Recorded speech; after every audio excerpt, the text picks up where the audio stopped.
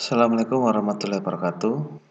Pada kesempatan kali ini saya akan membahas tentang sebuah bahasa pemrograman web atau kita bisa menyebutnya dengan HTML. Yang pertama saya akan share modul di Edmodo. Kemudian ini bisa Anda baca, Anda pelajari, dan saya jelaskan sedikit ringkasan materi atau untuk menambah pemahaman kita terhadap modul tersebut. Misalkan saya sekarang buka sebuah halaman web. Di sini adalah website sekolah. Sebuah website sekolah yang saya buka. Apabila kita cek di dalam beberapa istilah, yang pertama kita lihat di sini ada URL atau Uniform Resource Locator, di mana ini digunakan untuk sebagai penunjuk lokasi pada internet. Jadi kalau kita buka sebuah halaman web apapun itu di dalam address bar ini disebut dengan URL. Ini adalah URL. Kemudian berikutnya adalah homepage. Homepage adalah tampilan awal atau halaman utama suatu website yang memuat informasi singkat tentang apa isi website tersebut. Ya, misalkan di sini ada halaman. Kalau kita buka sebuah URL, kita menulis URL di sini, maka ini yang tampil di halaman depan ini disebut dengan homepage atau istilahnya di sini home. Kemudian berikutnya, apa yang dimaksud situs? Situs adalah suatu alamat di dalam sebuah web. Kemudian browser. Browser adalah software yang digunakan untuk surfing atau browsing internet. Contohnya Internet Explorer, Opera, Netscape. Ya, di sini saya membuka sebuah halaman web sekolah menggunakan aplikasi namanya adalah Google Chrome. Tapi di dalam laptop saya juga sudah terinstall aplikasi namanya Internet Explorer. Ya, ini disebut dengan browser. Kemudian langsung ke inti yang lain. Yang berikutnya adalah teknologi web. Web berdasarkan teknologi dibagi menjadi dua, yaitu web statis dan web dinamis. Yang pertama, web statis, website yang pengguna tidak bisa mengubah konten dari web tersebut secara langsung menggunakan browser. Jadi interaksinya hanya sebatas pemrosesan link. Jadi dia hanya menampilkan informasi yang statis. Dan kita sebagai pengunjung tidak bisa memuat atau berkomentar atau disiapkan halaman komen di bawahnya atau mengupdate apapun informasi di situ. Jadi sifatnya statis. Sedangkan di web dinamis itu ada interaksi antara pengguna dan server. Jadi kalau di dinamis itu ada komputer server atau server web server tersendiri yang di situ ada seperti database.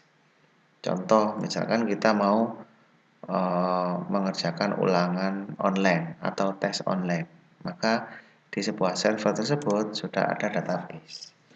Kemudian kita mau membuka sebuah aplikasi media sosial, misalkan Facebook, maka sebelumnya kita mendaftar dulu, membuat akun dulu, kita mengisi form. Nah, maka di situ ada namanya server yang menyimpan semua data-data yang kita butuhkan. Di sini perbedaan lainnya antara web statis dan dinamis. Pasti yang pertama tadi adalah interaksi pengunjung dan pemilik web. Kalau statis tidak dimungkinkan terjadi interaksi. Sedangkan web dinamis itu terjadi interaksi antara pengunjung dengan pemilik web untuk bisa memberikan komentar atau forum diskusi. Kemudian yang kedua, bahasa script yang digunakan. Web statis hanya menggunakan HTML atau dipercantik menggunakan CSS. Sedangkan web dinamis itu menggunakan bahasa pemrograman web yang lebih kompleks seperti PHP, ASP atau JavaScript. Karena di sana ada tadi namanya adalah server atau database. Yang ketiga, penggunaan database. Web statis tidak menggunakan database karena tidak ada data yang perlu disimpan. Sedangkan dinamis itu lebih kompleks lagi, dia menggunakan MySQL, Oracle, untuk menyimpan dan memproses data. Berikutnya yang keempat, konten. Konten itu adalah isi. Dalam konten web statis hanya diberikan oleh pemilik web dan jarang diupdate. Sementara konten dinamis itu bisa berasal dari pengunjung. Jadi kalau kita lebih cenderung memakai yang mana, dinamis atau statis, ya itu sesuai kebutuhan kita. Jadi dua-duanya bisa kita pakai. Kemudian berikutnya, kebutuhan pemrograman web. Yang pertama adalah perangkat keras. Tentunya kita menggunakan seperangkat komputer lengkap dengan monitor, keyboard, mouse, dan seterusnya. Kemudian misalkan apakah nanti bisa kita menggunakan HP. Ya, sekarang di Android sudah disediakan beberapa aplikasi atau APK di Play Store yang bisa Anda pakai. Tapi nama APK-nya ya sangat banyak sekali, tergantung nanti kita lebih gampang atau lebih ringan yang mana untuk memakai aplikasi tersebut. Tapi saya sarankan untuk dasar HTML ini Anda usahakan memakai komputer atau PC atau laptop. Kemudian yang berikutnya, perangkat lunak. Ya, perangkat lunak untuk web atau HTML editor itu sebenarnya sangat banyak sekali. Antara lain kita bisa menggunakan Notepad, ya, Notepad atau Adobe Dreamweaver, ya. Di situ kita bisa menggunakan. Tapi ini pemrograman memakai Notepad ini lebih cenderung ke arah web statis. Kemudian sekarang kita masuk ke materi inti, yaitu tentang pengertian HTML.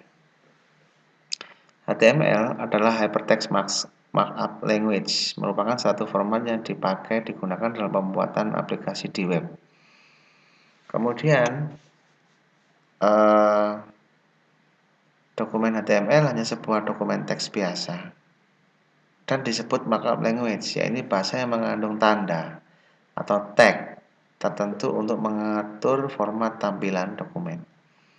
Jadi istilah berikutnya di HTML kita akan menggunakan istilah ini atau tag, ya, tanda atau tag. Ditandai dengan tanda lebih kecil atau lebih besar. Ya, sekarang pengertian tag pada HTML. Di sini tertulis sebagai sebuah bahasa markup. HTML membutuhkan cara memberitahu web browser bagaimana suatu teks ditampilkan. Jadi bagaimana cara kita menampilkan teks itu memakai bahasa pemrograman web HTML tersebut. Formatnya seperti apa? Formatnya ada tag pembuka, kemudian objek, kemudian backslash, tag penutup. Di keyboard backslash ini adalah tanda kebalikan dari garis miring. Misalkan sekarang saya akan menampilkan nanti di sebuah notepad. Jadi kita akan membuka notepad dulu, all program, kemudian aksesoris, terus kita pilih notepad. Ya, ini halaman notepad. Ini aplikasi yang kita pakai untuk membuat halaman web statis, ya, dengan mempelajari tag HTML. Contoh di sini pengertian elemen HTML. Oh maaf, sebelumnya kita cek dulu yang tadi. Misalkan kita membuat sebuah teks, sebuah paragraf ditulis tebal atau miring, maka tagnya seperti ini. Jadi I, kemudian dalamnya kita kasih kalimat, kemudian kita tutup dengan backslash I. I itu artinya italic. Italic itu berarti garis miring. Kemudian kita baca lagi beberapa tanda HTML itu ada depan dan belakang. Misalkan kita akan membuat paragraf, maka tagnya adalah P di depan, kemudian ditutup dengan backslash P. Cuman tidak semuanya tag itu berpasangan. Misalkan seperti BR. BR itu untuk break, pindah baris. Kemudian HR untuk horizontal line. Itu tidak selalu backslashnya di depan. Juga ada yang tertulis di belakang. Sifat HTML itu adalah tidak case sensitif. Maksudnya tidak case sensitif. Artinya kita bisa menuliskan di sini BR itu huruf besar semua atau huruf kecil semua. Jadi tidak ada masalah. Contoh misalkan paragraf ya. Di sini saya tulis di contohnya itu P. Terus saya tulis nanti P besar. Maka itu tidak akan dibedakan atau tidak akan membuat error. Sekarang elemen HTML. Elemen HTML. Contohnya adalah ada banyak sekali. Misalkan P itu paragraf. Itu adalah salah satu contoh elemen pada HTML. Kemudian berikutnya ada lagi atribut. Atribut pada HTML. Atribut ini biasanya berpasangan dengan nilai, nama atau value. Diapit dengan tanda kutip. Misalkan di sini ahref ada petiknya http://duniailkom.com. Ahref ini berarti menerangkan dia akan membuat link ke duniailkom.com tersebut. Ini namanya adalah atribut pada HTML. Struktur HTML dasar. Ya, struktur HTML dasar itu ada yang pertama adalah HTML, dibuka dengan HTML, ditutup dengan backslash HTML. Yang kedua adalah head, kemudian ada title, ditutup dengan backslash title. Kemudian di antara title dan backslash title ini adalah sebuah judul halaman web. Contoh di sini, ini ada judulnya, selamat datang di SMKN 10 Malang. Ini namanya adalah title. Kemudian body itu adalah isi halaman web, ditutup dengan backslash body. Jadi kita bisa membuat isi halaman web tersebut pada di antara body dan ditutup dengan backslash body. Kemudian di contoh yang saya buka, misalkan halaman website sekolah. Apakah ada HTML di website ini? Posisinya di mana? Kalau kita mau mencari kira-kira. Anda tahu posisinya? Kita bisa melihat HTML yang ada di sebuah halaman web itu dengan cara kita klik kanan. Kemudian kita pilih View Back Source. Nah, maka di sini akan muncul sebuah tag HTML yang sangat banyak sekali. Nah, sangat banyak sekali. Ini adalah tag HTML yang membangun sebuah halaman website. Ya, itu. Sekarang kita akan mencoba. Tadi kita sudah membuka sebuah halaman Notepad. Ya, Notepad. Ya, Notepad. Di sini ada halaman Notepad yang sudah saya ketik. Maka di sini kita coba, Anda coba nanti ya ketik. Misalkan diawali dengan ini, doctype HTML. Kemudian di berikutnya kita tulis simbol seperti ini, HTML. Kemudian di bawahnya ditutup dengan backslash HTML. Kemudian kita tulis head. Ini wajib kita tulis untuk membuat sebuah web statis ya. Head ini tidak ada pasangannya. Kemudian title itu adalah halaman title yang ada di sini di sebuah web tersebut. Ya, ini titelnya. Misalkan saya buat di sini titel, saya ganti titelnya misalkan perkenalan.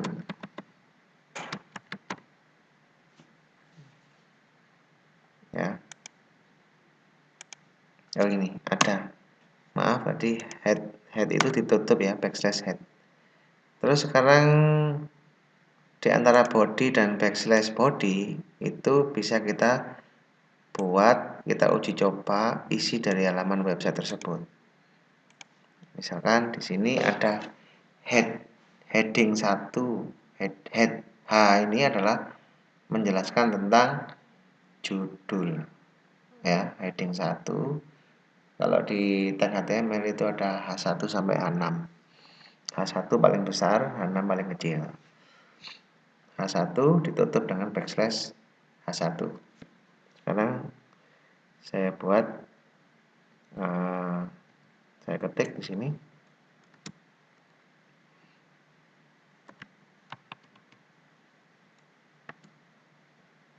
Sekilas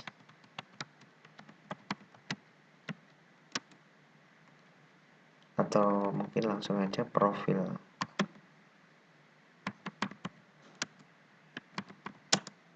diri. Kemudian saya tulis di paragraf nama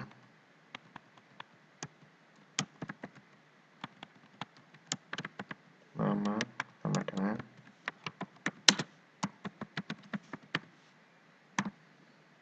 ya seperti ini. Setelah itu kita simpan ya, file save as. Ya, file save as. Di sini save as tipenya kita ganti all file. Kemudian kita kasih nama, misalkan latihan 1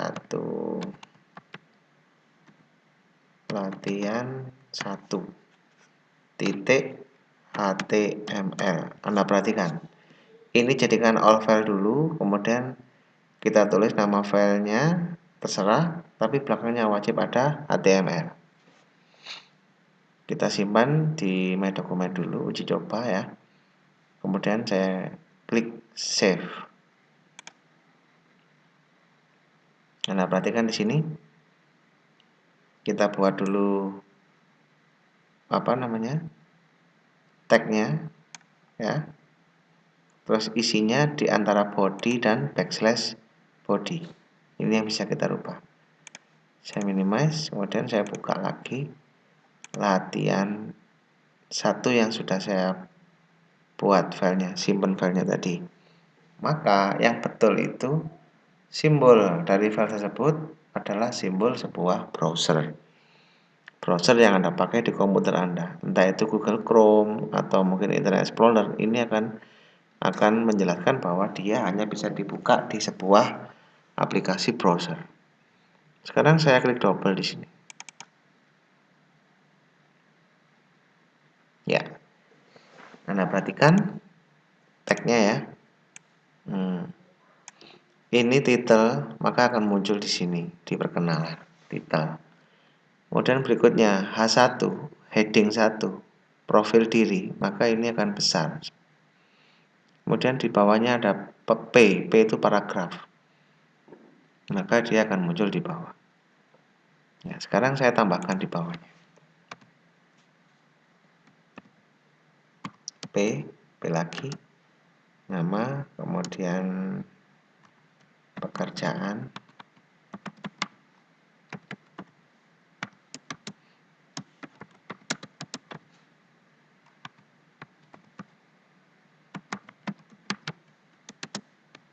saya tutup, tag P, kurung tutup.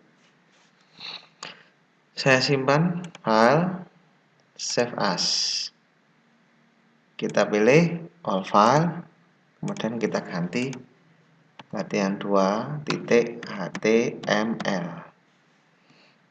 Saya simpan. Ini saya tutup dulu. Saya cari file latihan 2, sudah muncul, saya buka lagi. Ya, maka akan muncul di sini paragraf di bawahnya.